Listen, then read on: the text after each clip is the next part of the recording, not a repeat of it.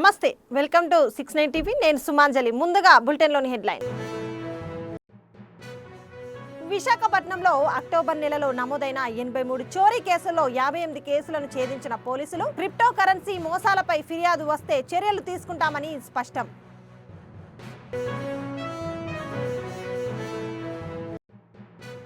ధాన్యం కొనుగోలు కేంద్రాన్ని ప్రారంభించిన ఎమ్మెల్యే బండారు సత్యనారాయణమూర్తి. రైతులు ఈ కేంద్రాన్ని సద్వినియోగం చేసుకోవాలని రాష్ట్ర Velama corporation development chairman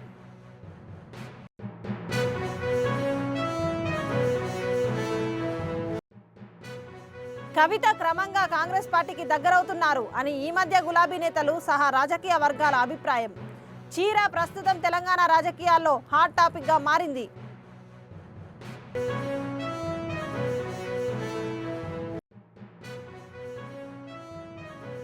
Asaf tank లో అగ్నిమాపక అవగాహన కార్యక్రమం, భద్రతా చర్యలు మరియు తరలింపు విధానాల గురించి తెలుసుకోవడానికి ఇది ఒక గొప్ప అవకాశం.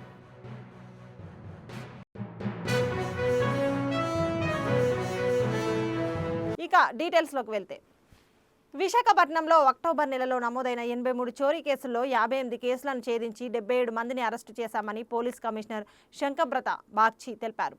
విశాఖలో మీడియాతో మాట్లాడుతూ రికవరీ మేళాలో భాగంగా 1,12,00,000 విలువైన సొత్తును బాధితులకు అందజేశారు. ప్రజలు సీసీ కెమెరాలు ఏర్పాటు చేసుకోవాలని సూచించారు. క్రిప్టో కరెన్సీ మోసాలపై ఫిర్యాదు వస్తే చర్యలు తీసుకుంటామని ఆయన స్పష్టం చేశారు. సభకు నమస్కారం. ఈరోజు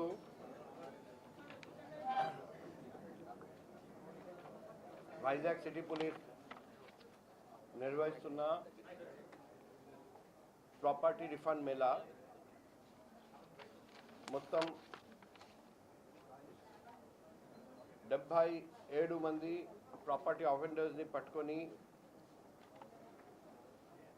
మొత్తం 1,12,03,480 రూపాయలు విలువైన ప్రాపర్టీస్ని రికవర్ చేసి ఈరోజు రిఫండ్ చేయడం జరుగుతుంది.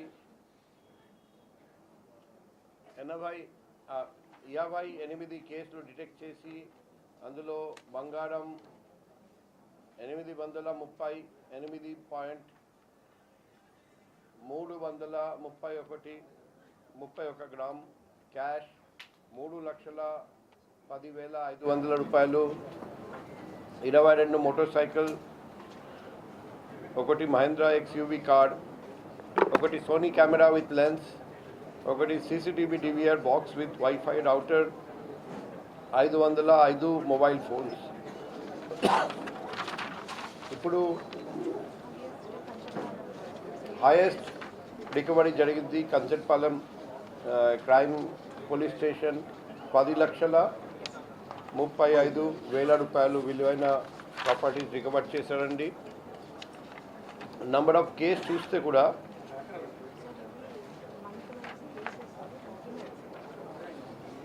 మన డీసీపీ క్రైమ్స్ ఆధారంలో, ఏసీపీ ఇన్ఛార్జ్ క్రైమ్స్ ఆధారంలో మన police inspectors, sub inspectors, ASI, head constable, home guards crime వింగ్లో పగలు రాత్రి కృషి చేస్తున్నారని, మన క్రైమ్ సంఖ్య కూడా మామూలుగా మోర్ దెన్ 100 ఉంటే ప్రతి నెల, ఈ అక్టోబర్ నెల ఓన్లీ 83. ఇప్పుడు లాస్ట్ కొన్ని నెలల్లో చూస్తే last year August 112, September 105, last year October 115, November 103, December 117, January 106, February 109, March 130, April 120, May 84, June 84, July 100, August 105. So last 2 monthsలో సెప్టెంబర్ 79 అండ్ అక్టోబర్ 83 అంటే మన ప్రాపర్టీ అఫెన్సెస్ మనం తగ్గించగలిగాము. అందులో ఈ స్ప్లిట్ కేసెస్ చూస్తే కూడా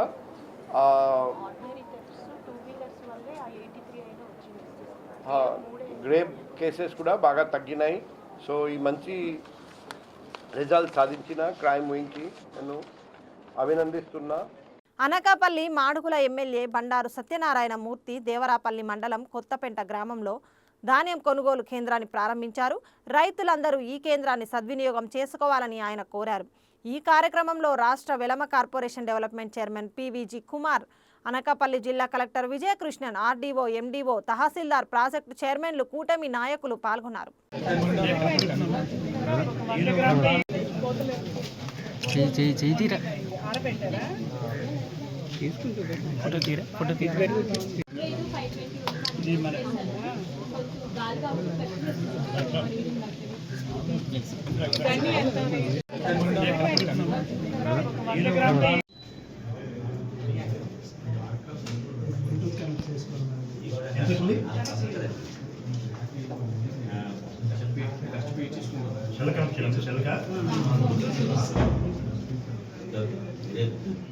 మాడుగు నియోజకవర్గంలో మన నియోజకవర్గంలో ధాన్యం కొనుగోలు కేంద్రాన్ని ప్రారంభించాం.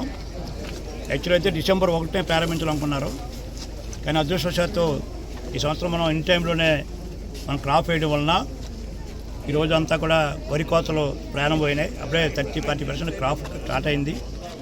అంచేతే మన అడ్వాన్స్గానే మేము పర్మిషన్ తీసుకొని మాడుగుల వరకు, అంటే జిల్లా లెక్కేది ఓపెనింగ్, మాడుగుల వరకు కూడా ఇవాళ నుంచే కొనుగోలు కేంద్రాలు ప్రారంభిస్తూ ఉన్నాం.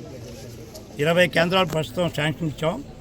20 కేంద్రాల్లో కొనుగోలు ఇవాళ నుంచి స్టార్ట్ చేస్తాం, లేదా రేపు నుంచి స్టార్ట్ చేస్తాం. ఇంకా 20 కొనుగోలు కేంద్రాల్లో పెద్దలు చెప్పినట్టు ఎక్కడైనా ధాన్యం వచ్చి ఆగిపోయి రైతుకి ఇబ్బంది అయితే అదనంగా కూడా కేంద్రాలు పెట్టడానికి మాకు ఎటువంటి అభ్యంతరం లేదు. 2, ధాన్యం వచ్చిన దగ్గర నుంచి బస్తా వేసే వరకు, కుట్టేసే వరకు, లోడ్ వేసి కేంద్రం పంపించే వరకు కూడా ప్రభుత్వమే మొత్తం భరాయిస్తుంది. ఇందులో రైతు అంటూ ఎక్కడ ₹1 తను పెట్టుకోక్కర్లేదు. తన సపోర్టింగ్ ప్రైస్ ఏదైతే ఉందో అది మాత్రం వాళ్ళ బ్యాంక్ వెళ్ళిపోతుంది, డైరెక్ట్గా ఒక్కరోజు వెళ్ళిపోతుంది. అంటే గతంలో మనం 10 రోజులు, 20 రోజులు, 2 నెలలు, 3 నెలలు కూడా పేమెంట్ రాలే. ఇందులో డయాస్పిల్ మా పాత బాకాలు చెప్తుంటారు నాకు. ఇప్పుడు అది పద్ధతి కాదు. ఈవేళ రైస్ ఇప్పుడు ఎక్కడైతే కొత్త పనిలో స్టార్ట్ చేసామో ఇవాళ ఏ రైతే రికార్డ్ అయిపోతుందో సాయంకాలం కూడా అకౌంట్లో పడిపోద్ది, రేపు ఉదయాన్ని పడిపోద్ది. అంటే ఒక 24 అవర్స్ లోపునే రైతుకి కొనుగోలు తలక డబ్బుల్ని రైతుకి ఇవ్వబోతున్నాం. నెంబర్ 1. 2, ఏదైతే తేమపాతం ఉందో ఇప్పుడే చూసాం. మన మాడుగుల అదృష్టం ఏంటంటే 17 లోపే ఉంది, 12 ఉంది లెక్క, ఇప్పుడు 12 ఉంది. అంటే తేమ శాతంలో మనకి పూర్తి స్థాయి సపోర్టింగ్ ప్రైస్ ఏదైతే కేంద్ర ప్రభుత్వాలు ఇచ్చాయో ఆ ప్రకారంగా పేమెంట్ అవుతుంది. అంచేత కుట్టు దగ్గర నుంచి బస్తా దగ్గర నుంచి ప్రతి ఒక్కరు కూడా ప్రభుత్వమే భరాయిస్తుంది. ట్రాన్స్పోర్ట్ కూడా స్థానికంగా మీ ట్రాక్టర్లు కానీ మీ వ్యాన్లు కానీ ఇస్తే మీ దగ్గరే మేము కిలోమీటర్ ఎంత ఫిక్స్ చేస్తాం. మా రైతు భరోసా కేంద్రాలు చెప్తారు, దాని ప్రకారంగా డబ్బు కూడా స్పాట్లో పేమెంట్ ఇస్తాం. సార్ క్వింటాల్కి రేట్ ఎంత నిర్ణయించారు? అది మరి 2349 రూపాయలు. దానికి అదనంగా ₹69 రాష్ట్ర ప్రభుత్వం చంద్రబాబు నాయుడు గారు అదనంగా సపోర్టింగ్ ప్రైస్ ₹69 అదనంగా ఇస్తున్నాం. రంగు మారిన ధాన్యాన్ని ఎక్కువ చేస్తారా? అదృష్టం బాగుంది, మన దగ్గర రంగు మారి ధాన్యం వచ్చే సమస్యే లేదు. చెప్పాను మీకు మొత్తం లెక్కగా 15 హెక్టార్స్ ఎంత ఉంది, కానీ అది కూడా బాగుంది. అదనపు ధాన్యాన్ని కూడా ఎక్కడైనా ఏ సెంటర్లో అయినా సరే మూసి వెళ్ళిపోయినా అక్కడ ధాన్యం వచ్చింది ఆగిపోయిందంటే మీరు కానీ మా రైతులు కానీ మా ప్రజాప్రతినిధులు కానీ నాకు ఫోన్ చేస్తే వెంటనే నేను కరెక్ట్గా స్పాట్లోనే పంపించే పరిస్థితికి వస్తాను. ఎక్కడ రైతు అనేవాడు ఇక్కడ ఏదో సాగు చెప్పినట్టు ఇక్కడ ధాన్యం తెచ్చుకొని ఇక్కడ మక్కం పెట్టుకోవడం, రోడ్డు మీద పడుకోవడం కుదరదు. ధాన్యం ఎంత ఇబ్బంది అయినా ఏ రాత్రికైనా కంప్లీట్ చేయాలి. అంతే తప్ప 4 అయిపోయింది, 3 అయింది, 5 అయిపోయింది వెళ్ళిపోతే మాత్రం కుదరదు. ఎలాగ రైతులు పగలే వస్తాయి కనుక ప్రాబ్లం లేదు. అన్నీ ఒకవేళ ఎక్కడ అలాంటి 20 కేంద్రాల్లో మీకు ఏదైనా సమస్య వస్తే మీకు వచ్చినా, మా రైతాంగానికి వచ్చినా, లేదా ప్రజాపతికి వచ్చినా నాకు ఫోన్ చేయండి. లేదా మా అగ్రికల్చర్ ఆఫీసర్ ఉన్నారు, లేదా మా సచివాలయం స్టాఫ్ ఉన్నారు, ఎవరికైనా సరే మా స్పెషల్ ఆఫీసర్ ఉన్నారు. మీరు ఎవరికి ఫోన్ చేసినా ఇమీడియట్గా యాక్షన్ కూడా బాధ్యత నాది. ఈల్డింగ్ స్టార్ట్ ఎక్కువైంది. ఆ 30% కూడా మనం జనరల్గా లాస్ట్ ఇయర్ ప్రకారం మేము ప్లాన్ వేసుకున్నాం, లాస్ట్ వచ్చిన ధాన్యం ప్రకారంగా. కానీ అదృష్టం ఏంటంటే మాడుగుల్లో 30% పెరిగింది ప్యాడీ. అంచేత దది కూడా కొంటున్నాం. నెంబర్ 1. 2, మన దగ్గర ధాన్యం అంతా కూడా చక్కగా ఉంది, ధాన్యంలో ఏ ప్రాబ్లం లేదు. మన దగ్గర ముంపు ధాన్యం లేదు, తడిసిన ధాన్యం లేదు, ఏ రకం ధాన్యం లేదు. అయితే ధాన్యం అంతా కొనడానికి సిద్ధంగా ఉన్నాం. సార్ మరొక సమస్య,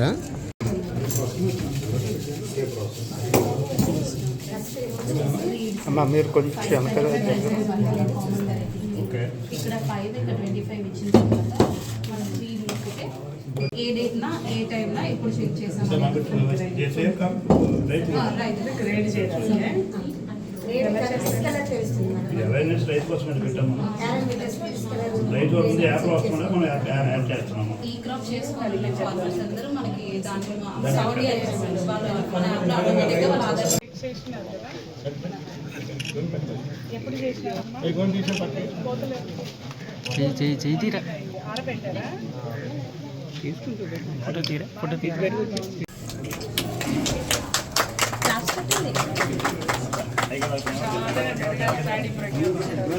తెలంగాణ జాగృతి అధినేత కల్వకుంట్ల కవిత నిన్న శుభకార్యానికి వెళ్లడానికి ధరించిన చీర ప్రస్తుతం తెలంగాణ రాజకీయాల్లో హాట్ టాపిక్ గా మారింది. తెలుపు చీర ఎరుపు ఆకుపచ్చ రంగు డిజైన్ బార్డర్ లైన్తో ఆ చీర ఉండడమే ఇక్కడ ప్రధాన అంశం. కవిత క్రమంగా కాంగ్రెస్ పార్టీకి దగ్గరవుతున్నారు అని ఈ మధ్య గులాబీ నేతలు సహా రాజకీయ వర్గాలు అభిప్రాయం వ్యక్తం చేస్తున్నాయి. పలువురు గులాబీ పార్టీ ప్రముఖ నేతలైతే ఆమె ముఖ్యమంత్రి రేవంత్తో చేతులు కలిపి బీఆర్ఎస్ పార్టీపై దుష్ప్రచారం చేస్తుందని మండిపడుతున్నారు.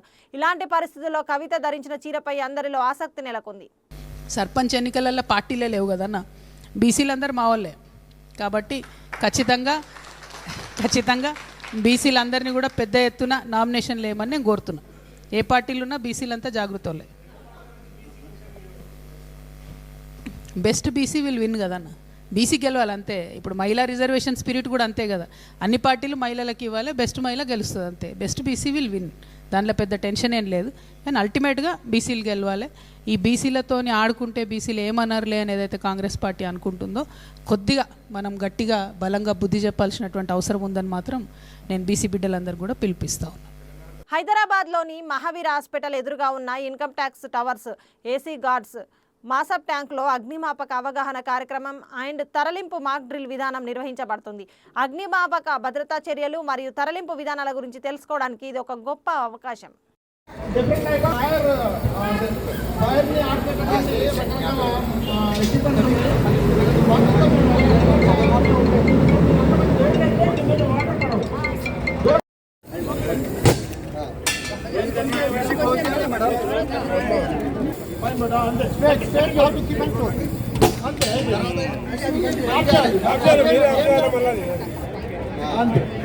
అమిత్ భాయ్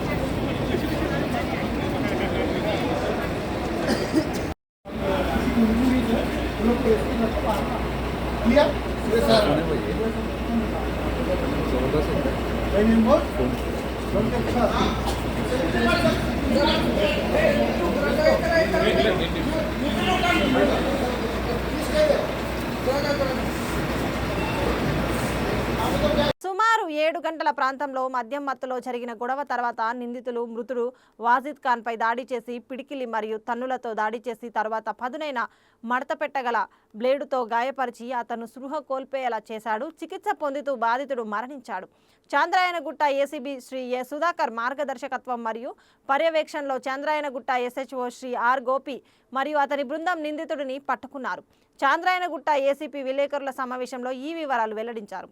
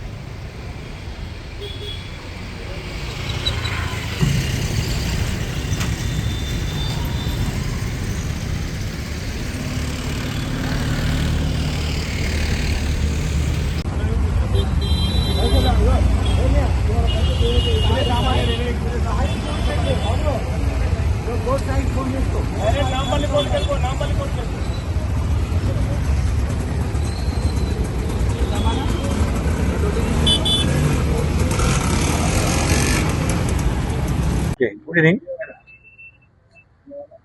నిన్న తేదీ 26/11/2025 ఎర్లీ మార్నింగ్ 2 గంటలకు చంద్రాయణగుట్ట పోలీస్ స్టేషన్కు ఫిర్యాదుదారుడైనటువంటి వాజిద్ ఖాన్ వచ్చి కేశవగిరిలో ఉంటాడు. అతను ఒక ఫిర్యాదు ఇవ్వడం జరిగింది. అంటే ఒక ఫిర్యాదు యొక్క సారాంశం ఏందనగా అతను 25వ తారీఖు నాడు సాయంత్రం 8 గంటల ప్రాంతంలో పని ముగించుకొని ఇంటికి వెళ్తున్న సందర్భంలో ఇండియానా బేకరీ దగ్గర ఉండగా అతనికి పురాణ దోస్త్ అయినటువంటి మైసన్ బిన్ మహమ్మద్ సుల్తాన్ అలీ కేసరి అనే బార్కాస్ అతను వచ్చి అతనికి డబ్బులు అడగడం జరిగింది. ఇతనికి మధ్యన గత కొంతకాలం నుంచి స్నేహం ఉన్నది, ఇచ్చిపుచ్చుకోవడం కూడా ఉన్నది. దాన్ని ఆసరాగా తీసుకుని అతను కొన్ని అప్పుగా పైసలు అడిగితే అతను ఇవ్వకపోవడం వల్ల అతను ఎవరైతే నేరస్తుడు ఉన్నాడో మైసన్ బిన్ మహమ్మద్ సుల్తాన్ అలీ కేసరి ఇతనిపై అటాక్ చేయడం జరిగింది. ఆ అటాక్ లో భాగంగా అతని పిడిగుద్దులు కుదరడం, అదేవిధంగా అతని దగ్గర ఉన్నటువంటి ఒక ఫోల్డెడ్ చిన్న స్మాల్ చాక్ తోటి నెత్తిపైన కట్ చేయడం జరిగింది. దాంతో అతనికి బ్లీడింగ్ కావడం వల్ల 100 డైల్ వస్తే ఇమీడియట్ గా మా యొక్క పెట్రోల్ కార్ అక్కడ పోయి 108 పిలిపించి అతన్ని ఉస్మానియా హాస్పిటల్ తీసుకుపోయారు. అక్కడ ట్రీట్మెంట్ చేసిన తర్వాత అతన్ని డిశ్చార్జ్ చేయడం జరిగింది. అతను డిశ్చార్జ్ అయ్యి వచ్చి ఇక్కడ కంప్లైంట్ ఇచ్చి మళ్ళీ ఇంటికి వెళ్ళడం జరిగింది. నెక్స్ట్ డే 26వ తారీఖు నాడు మధ్యాహ్నం అతనికి మళ్ళీ ఏదో ప్రాబ్లం ఉండటం వల్ల ఆరోగ్యం సరిగా లేదని చెప్పేసి తన అన్నకు చెప్పడం వల్ల అతన్ని మళ్ళీ తిరిగి హాస్పిటల్ తీసుకుపోయే సందర్భంలో అతను మరణించడం జరిగింది. దాని విషయంలో మేము దాన్ని సెక్షన్ 103(1) కింద ఆల్టర్ చేసి ఈ రోజు నేరస్తులైనటువంటి మైసన్ బిన్ మహమ్మద్ సుల్తాన్ అలీ కేసరిని పట్టుకోవడం జరిగింది. అతన్ని ఇంట్రాగేట్ చేసి అతని దగ్గర నుంచి అతను నేరానికి ఉపయోగించినటువంటి ఒక చిన్న కత్తిని, అదేవిధంగా అతను రక్త బట్టలను కూడా స్వాధీనం చేసుకోవడం జరిగింది. ఇతని రికార్డు వెరిఫై చేసినట్లయితే ఇతనికి గతంలో ఇతని పైన 19 కేసులు నమోదయ్యాయి. ఇవి ప్రాపర్టీ బాడీ అఫెన్స్ సంబంధించి ఇతను 2015లో ఒకసారి పీడీ యాక్ట్ పై పోయి రావడం జరిగింది. ఇప్పుడు కూడా అతనిపై పీడీ యాక్ట్ ప్రయోగించడానికి చర్యలు తీసుకోవడం జరుగుతుంది. అతన్ని ఈ రోజు అరెస్ట్ చేసి కోర్టులో ప్రొడ్యూస్ చేయడం జరుగుతుంది.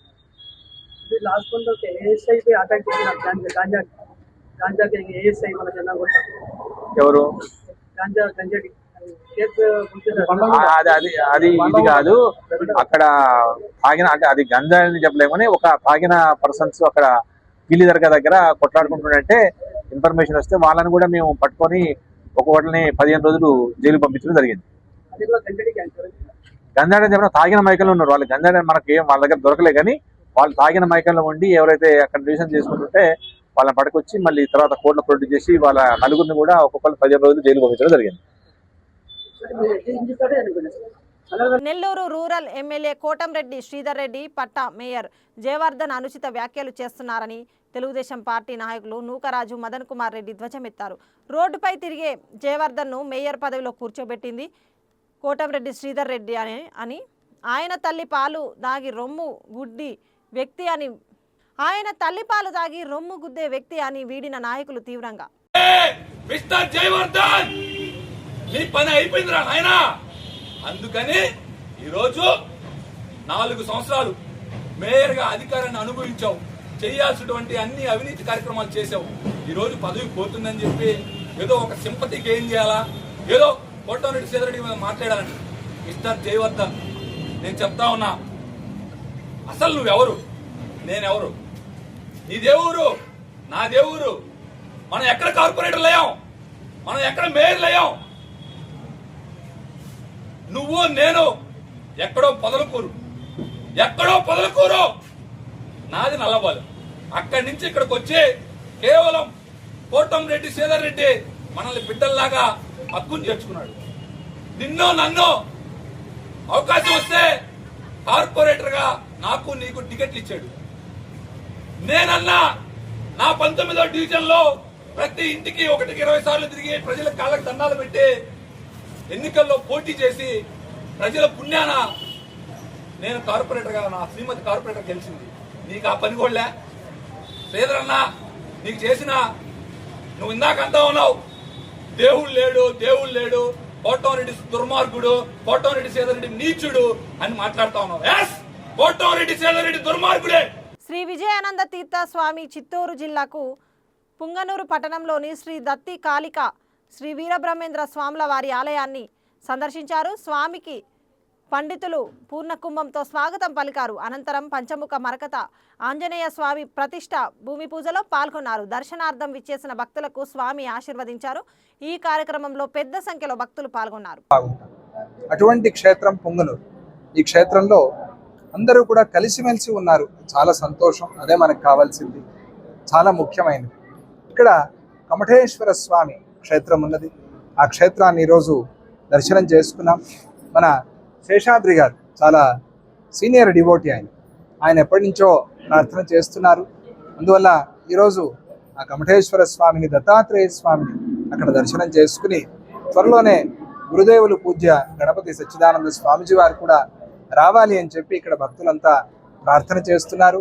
మదనపల్లిలో హనుమాన్ చాలీసా జరిగింది. అదేవిధంగా ఇక్కడ కూడా పొంగనూరులో హనుమాన్ చాలీసా జరగాలి. అందరూ కూడా భగవద్గీత తప్పకుండా కంఠస్థం చేయండి, నేర్చుకోండి, భగవద్గీత పారాయణ చేయండి. భగవద్గీతలో ధర్మాన్ని గురించి భగవంతుడు చెప్పాడు. ఆ ధర్మమే మనల్ని కాపాడుతుంది. అటువంటి ధర్మాన్ని అందరూ కూడా ఆచరించండి, ధర్మం కోసం జీవించండి, ధర్మం కోసం నిలబడండి. ఆ ధర్మమే మనల్ని నిలబెడుతుంది. ధర్మో రక్షతి రక్షితః అనేటువంటి ఆ మాటను చెప్తూ ఇక్కడ ఈ పొంగనూరు గోమాత చాలా ప్రసిద్ధంగా మంచి ఔషధీ గుణంతో ఉండేటువంటి పాలు ఆ పొంగనూరు గోమాతవి. ఆ పొంగనూరు గోమాత వంశము ఇంకా బాగా అభివృద్ధి అయ్యి అన్ని చోట్ల ఆ గోమాత సంరక్షించబడుతూ ఉండాలి, భూమి అంతా కూడా బాగుండాలి అని ప్రార్థన చేస్తూ ఈ క్షేత్రంలో ఇది గోమాత యొక్క స్వక్షేత్రం, గోవిందుడికి చాలా దగ్గరగా ఉండేటువంటి క్షేత్రం. ఈ పొంగనూరు ప్రజలకందరికీ కూడా మంచిదవని, అందరూ సుభిక్షంగా ఆనందంగా ఆరోగ్యంగా ఉండని, పిల్లల చదువులు, పెద్దల వ్యాపారాలు, వ్యవసాయం, ఉద్యోగాలు అన్నీ బాగుండాలి అని చెప్పి ప్రార్థన చేస్తున్నాం. జై గురుదత్త, శ్రీ గురుదత్త. అనకాపల్లి మండలం మారేడుపూడి విఆర్ఎం సూర్యనారాయణ ఏసీటీ అధికారులకు పట్టుబడ్డారు. అక్కిరెడ్డిపాలెం పంచాయతీలోని 3.5 ఎకరాల భూమికి పాసు పుస్తకాలు జారీ చేయడానికి 30,000 లంచం డిమాండ్ చేశాడు. బాధితులు ఏసీబీని ఆశ్రయించగా లంచం తీసుకుంటుండగా ఏసీబీ అధికారులు అతన్ని రెడ్ హ్యాండెడ్గా పట్టుకున్నారు. పూర్తి వివరాలు ఇంకా తెలియాల్సి ఉంది.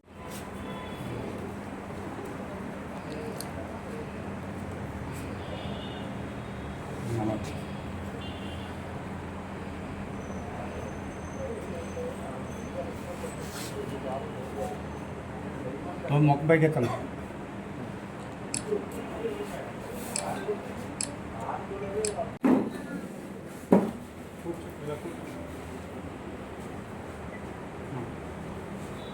తీసుకోండి, ఏమి కావాలని తీసుకోండి.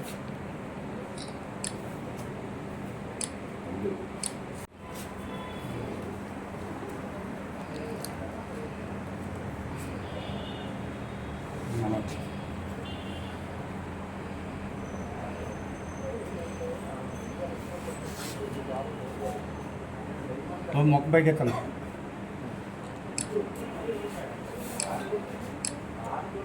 బులెటిన్ ముగించే ముందు హెడ్లైన్స్ మరోసారి.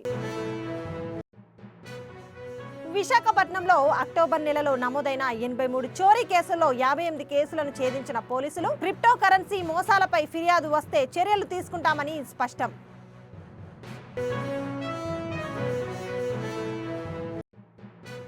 ధాన్యం కొనుగోలు కేంద్రాన్ని ప్రారంభించిన ఎమ్మెల్యే బండారు సత్యనారాయణమూర్తి. రైతులు ఈ కేంద్రాన్ని సద్వినియోగం చేసుకోవాలని రాష్ట్ర Velama corporation development chairman.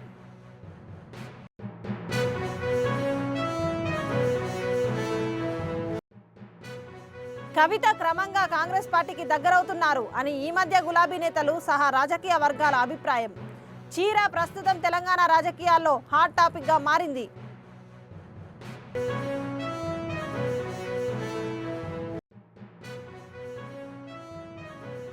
Asaf tank లో అగ్నిమాపక అవగాహన కార్యక్రమం, భద్రతా చర్యలు మరియు తరలింపు విధానాల గురించి తెలుసుకోవడానికి ఇది ఒక గొప్ప అవకాశం.